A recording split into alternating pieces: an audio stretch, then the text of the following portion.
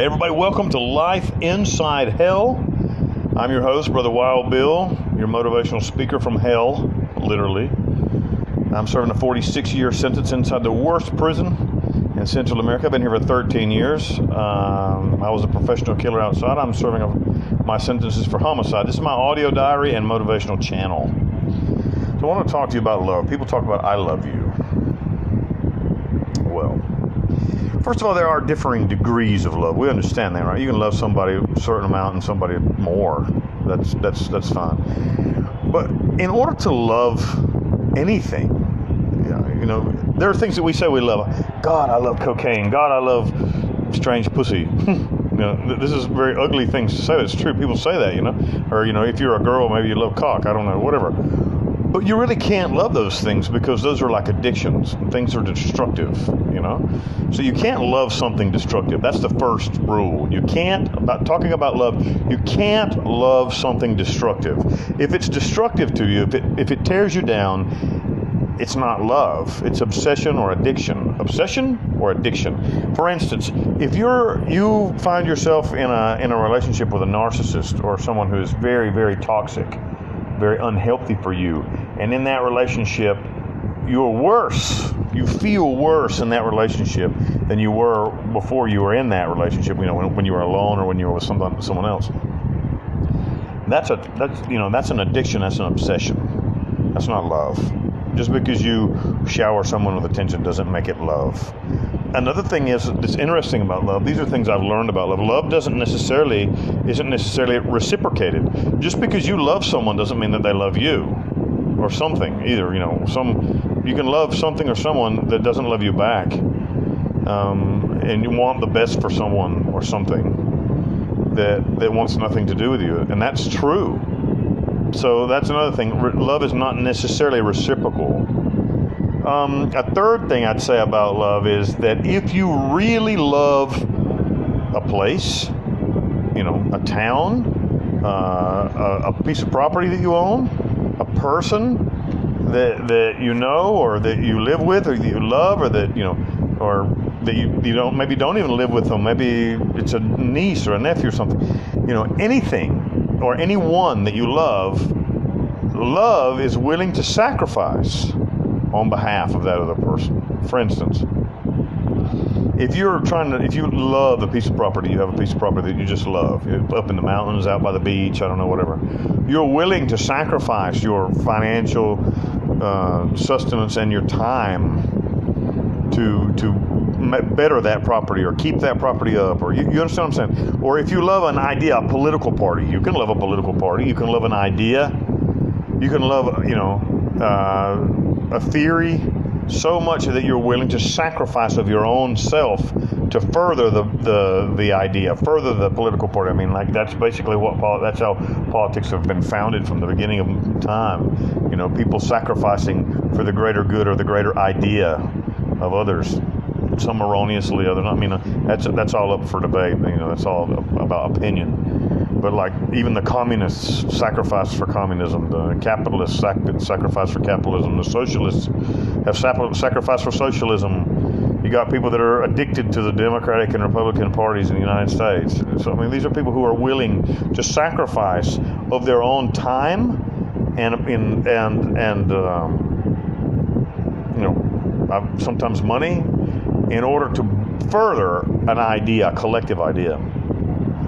But true love comes with sacrifice. You're willing to sacrifice. If I love so-and-so, then you're willing to not fuck other people to be with that person. And don't come to me with that, poly relationships. That's just a bunch of fucking idiots. Sorry. That's just you can't fucking love somebody and fuck, in a romantic relationship, you can't love somebody and fuck everybody. You can't do that shit. Sorry. It doesn't work. 2 million years of human evolution speaking here, so human social evolution speaking here. So if you love a child, I have a son who I love very much, and if you love 4 children, but I have a son who I'm starting over with him. I'm able. He's my. I was a bad father to the first 3 children. I wasn't there. I was absent, an absentee father. And with my youngest son, I'm not doing that. I'm learning from my mistakes and sacrificing of my own well-being on a regular basis so that he has what he needs, and so on and so forth. If you love somebody, you will sacrifice for them. If you love something, you will sacrifice for it. The fourth and last principle, I want you to understand. I want you to listen carefully. You say, I love everybody, then you don't love anybody. If you love everybody, you don't love anybody. Because love requires hate. There's a requirement of hatred in love. And people say, what? No? Shut the fuck up and listen. If you love your child, you hate a motherfucker that would molest him or her. If you love your wife or husband, you hate the person who would rape that person. If you love your car, you hate the person who would steal it. I don't really know if you can love a car, if you want the truth. You can be obsessed by an automobile. I don't know if you can love it. Maybe you can. I'm not saying you can or can't. If you love a piece of property, you'd hate somebody. You'd hate an narcissist that would come and burn it. So what am I trying to say by all these things? Love requires you to have a certain amount of defense for that which you love. You understand what I'm saying? I love my son. Anybody that would harm my son, I would destroy them, and without any worries about what would happen to me in the process or in the aftermath, because I love my son more than I love myself. If he needed my heart, I would rip it out of my chest and hand it, happily over to him. And so protection requires that you despise the opposite of what you love. And you love, going back, do you love a political party? Ask the Democrats if they love the Republicans. Ask the Republicans if they love the Democrats. They fucking hate them. If you love something, you're required to detest its destroyer. That's reasonable. And part of the reason that today people are such fucking snowflakes is that we go with that attitude. I love everybody. I love everything. Just let it be. It's okay. We don't want any conflict. Love requires conflict. It's required. Love requires conflict.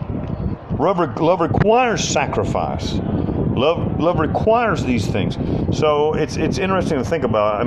You can't love everything and you can't love everyone, because if you love everything and everyone, then you love nothing and no one. You got to pick a side. I don't remember who it was that said this, but it said, never trust a man who doesn't have enemies. And that's the truth. If you go through this life and you stand for anything, I don't care. I'm not saying you got to stand for my principles. You can stand against my principles. I'm very, very radically conservative on the social front and radically socialist on the economic front, which is like, fuck, there ain't anybody on earth like that, really at all. So if you believe in a certain thing, then you have to stand up for, against the opposite of that. And if you say, well, I just don't want to make any waves, then you don't fucking love anything. Well, if you come home and there were two guys raping your wife, would you not shoot them both? I'd shoot them both and piss on them and light them on fire. You understand what I'm saying? So love requires you to hate. And like a lot of people cringe when I say that, but think about it, process it in your mind. It's true. So anyway, if you like this message, like, subscribe, and comment. If you don't like it, feel free to roll it up and cram it deep up inside your ass. I'm Brother Wild Bill. If you want to talk to me, I certainly do want to talk to you. Pull down the description box. You can find my email address, my Instagram address, and my Facebook address. Also, I wrote a book called Long Live the King Wild Bill. It's a memoir about my life in prison, my first year in prison, like up to 6 months before I got put in prison, and then my adventures and misadventures in Panama Justice. Buy one, because every time you buy one, it helps me a little bit. I believe in love, and I think love is the best thing there is. You're listening? I think that when you love something or someone and you can dedicate your life to a certain thing, person, place, whatever, then that's where true happiness is. And without love, there is no happiness at all. And happiness is, well, we'll do another episode about that one later. Happiness is not in pleasure. There can be no happiness in pleasure. Momentary happiness, but it's destruction. Pleasure is destruction. Love you guys. Jesus Christ loves you, and I love you too. I'm the Mad Hatter from hell, The king in hell, that's me, baby. I'm the king of hell, Brother Wild Bill.